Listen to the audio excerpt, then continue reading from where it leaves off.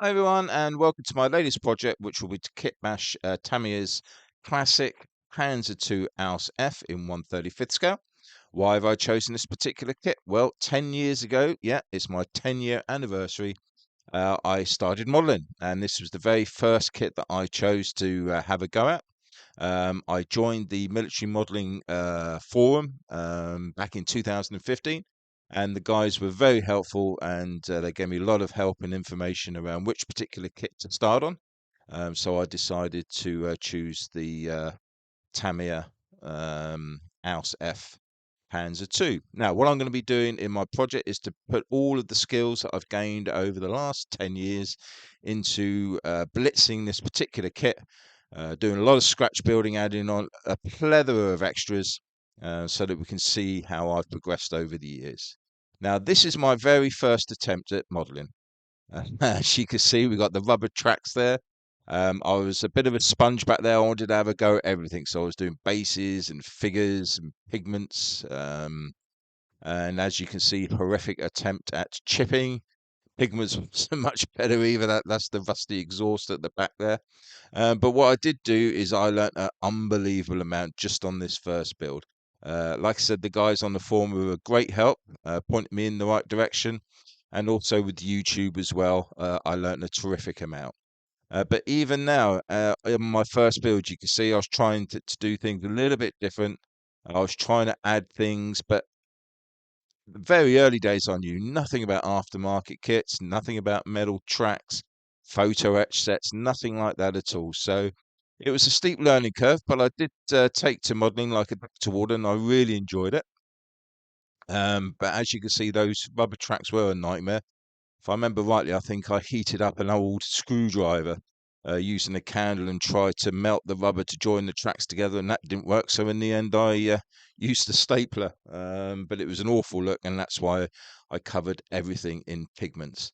And back in the day, I enjoyed it that much that I decided to go out and buy the kit again.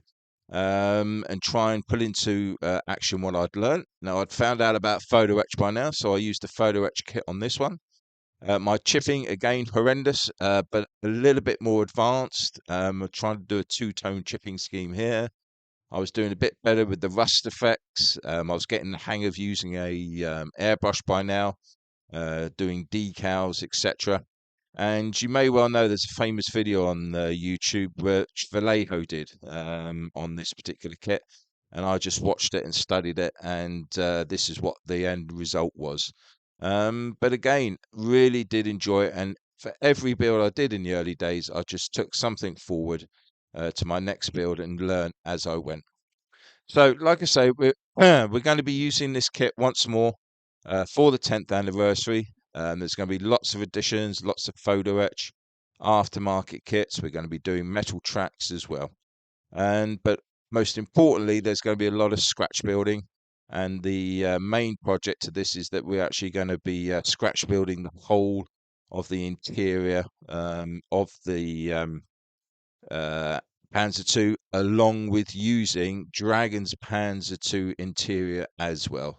So that's where the kit bashing is going to come into effect. And hopefully, over these last 10 years, I might be able to create a model slightly better than the two that you have just seen in the videos. As you can see, this is the actual kit itself. We're all very familiar with this if you're a AFV modeler. Um, Good old polycaps there. You can see it was designed initially to put a motor in so that it could actually work and to go forward using battery operated. That's always the standard four figures in there. I mean, over the years, this kit has not changed, but it's always made me chuckle that it says Ausf FG, because an Ausf G looks absolutely nothing like this tank, but they've never changed it. And here's the beast that we're going to be kit bashing with, which is Dragon Mono Panzer II Ausf F. And the reason I've picked this purely and simply because it has the interior, which I'm going to be using to help scratch build the whole of the interior itself. Now, the Dragon Mono kit, it's okay. There are issues with it, but for me, it was sufficient. As you can see here, it's got all of the transmission, all of the main parts. The only part it doesn't have is the rear engine and the rear engine deck. So we're going to have to scratch build that. Fortunately, we've also got all of the turret detailing, which was very nicely done. And again, we'll just need to do a little bit of modification just to bring it up to scratch. And also some aftermarket materials here for outside. This is the arbor barrels, which are absolutely gorgeous. They'll make a nice feature. We've also got the standard Eureka tow cables, little one broken there, but we've still got the four to work with, so no issues there.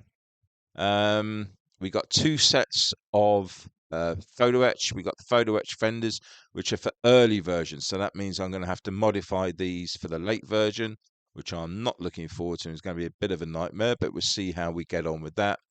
And then we've got the full exterior for the Ausf F. So that should go together really well as well.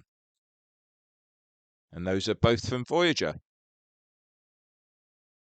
And there's a couple of stills that you can see in more detail what's actually in, but I will review them in future videos when we do actually get round to using these particular photo etch kits. There'll also be a few bits from Panzer art as well, with the front sprockets and also some of the spare wheels. So lots more to come. So first off, we've got to tackle the issue with the motor. As I said earlier, this was designed to have a motor in it, fully motorized. So we're going to need to take all of this interior gubbings out. We're going to have to fill in all of the holes, and that will be the first initial start.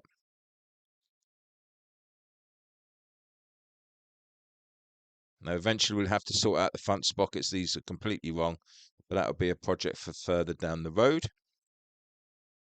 Now, this is the Panzer II hull from the Dragon kit.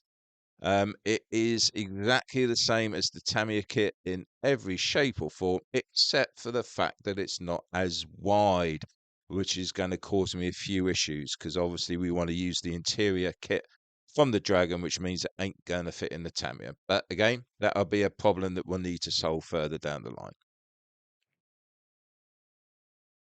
So first off, we get the sprue cutters out, demolish as much as we possibly can with the cutters, taking away all of the plastic that's easy to get to with the snips.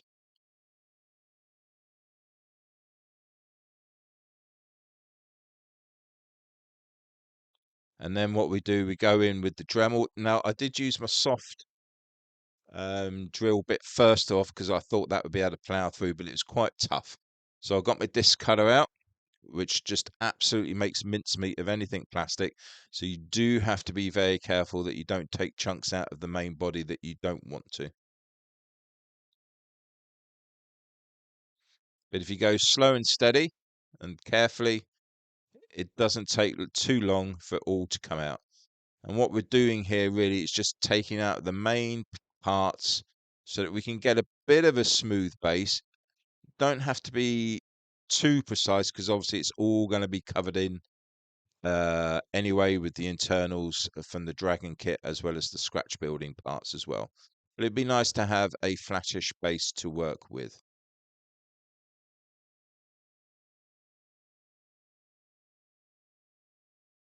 Once that was all done, it was a matter of getting the sander in, getting rid of all of the detail that was so it could be actually smooth flush, and trying to get a bit of a square for the horizontal and the vertical.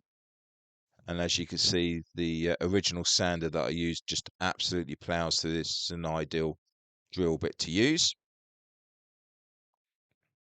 And then I did have these. I don't use these a lot. These are glass sanders. The reason I don't use them a lot is they absolutely eat plastic. You don't have a great deal of control, but for this particular project, it's ideal because they will just tear through what's left over. So really pleased with the effect that they created, and as you can see, creating a nice. They do create a rough surface, but they do get rid of all of those final chunky bits of plastic.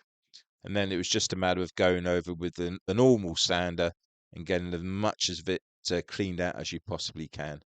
And I was really pleased with how it all turned out. It took a bit of effort. Now, this is what I found on the internet. This is the old instructions that, for a bit of fun, shows you the old motor and the batteries and how it had all originally went in. So I've just added that in there video for a bit of fun. Now, what we need to do is to start thinking about getting rid of the holes.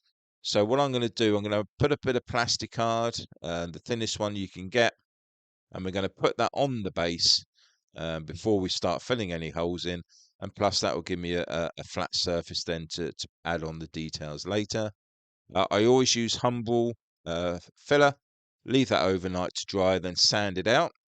And as you can see, I can now use the template from the dragon hole to add the detailing onto the base. For the circles, I always use my eyelet maker, a handy piece of kit if you're a scratch builder. In these series of videos, I will try and show as many of the tools that I use for all those people out there who want to start doing more scratch building on their models. So once you've made the circle, just sand it flush so that you get a nice crisp edge to your cutout disc, and then carefully take it out with a pair of tweezers, and there you have it. That one will get stuck on if I don't lose it. Stuck onto the base in a similar fashion. As far as the square ones that I did, that was very much just a matter of copying what was on the dragon. Now there's lots of rivets that have to be added on, but I'll do that at a later stage because they'll just get rubbed off.